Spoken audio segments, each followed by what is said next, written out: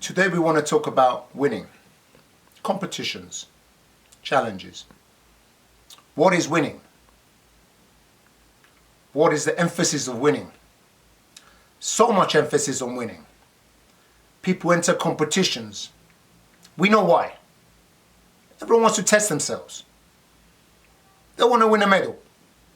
And let's be honest, that's what they want to do. All the focus is winning a medal, a trophy, the championship. No problem. But then what? You enter a competition. You win. You get a medal. Medal goes on the side, collects dust. The question is, what have you learned from that competition? If every time you enter a competition, you beat everybody with your favorite technique, Korea Shibarai, what have you learned? You may have 20, 30, 40, 100 medals. What does it prove? Just because you win a competition doesn't make you a good judoka. Doesn't mean you understand judo.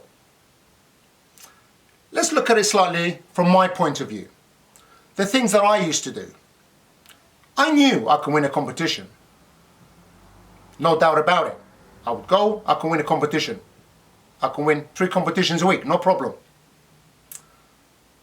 But I had to look at something else. I looked at competitions because to me, everything in life is a training ground. I need to push myself to a different level every time. Imagine going to a competition and not worrying about winning, but deciding how I'm going to win. I make the choices.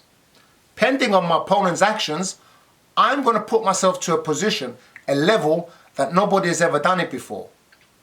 For example, I know I can throw this person in Morote Suotoshi, but I would deliberately avoid throwing this person in Morote Suotoshi. Why? Because I can do it. Today, I want to do something different.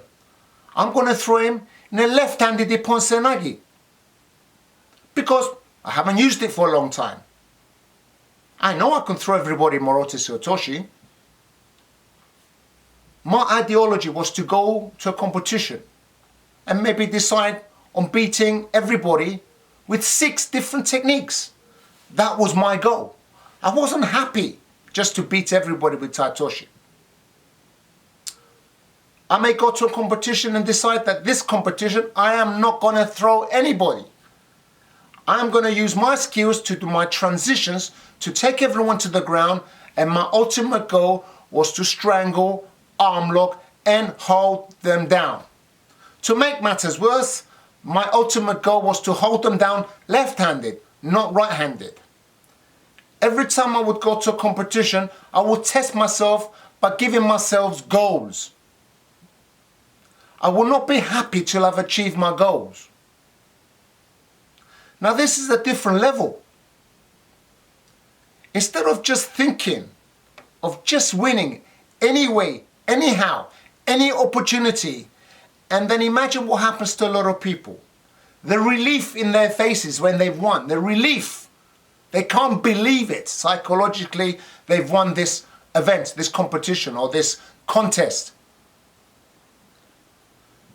I set myself ultimate goals. I'm not happy with that relief. Every time I beat my opponent, I'm sad because that contest has come to an end. Many times I would get my opponent in a shimiwaza. Just before they tap, I would let them go. Deliberately. I wasn't happy.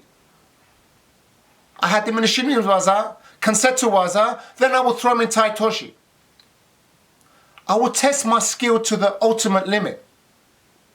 You see, my idea of beating my opponent is not just to throw them once. Just because I throw you once with Ippon doesn't make me a better person. I don't try to beat you. My job is to destroy you. I want my opponent to know that I can do whatever I want, when I want, if I want to him. I want him to walk away and not feel that he's just been caught out by luck. He actually knows that I was a superior judoka, that I was in total control and command of my contest. Now this is judo at the highest level. People don't think like this anymore.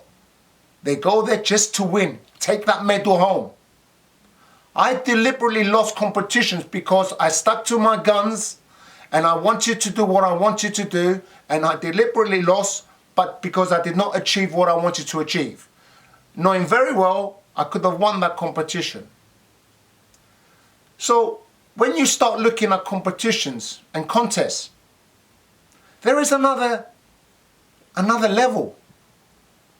Think about what I'm saying. To go into a competition and then be in complete control. To test yourself at the highest level. To beat your opponent not once, 3, 4 times.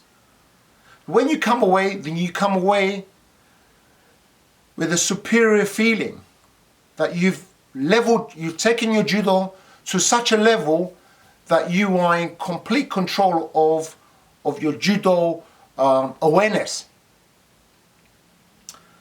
This is the way I've always trained. This is the way I will always train. And this is why I don't care about size. I don't care about age.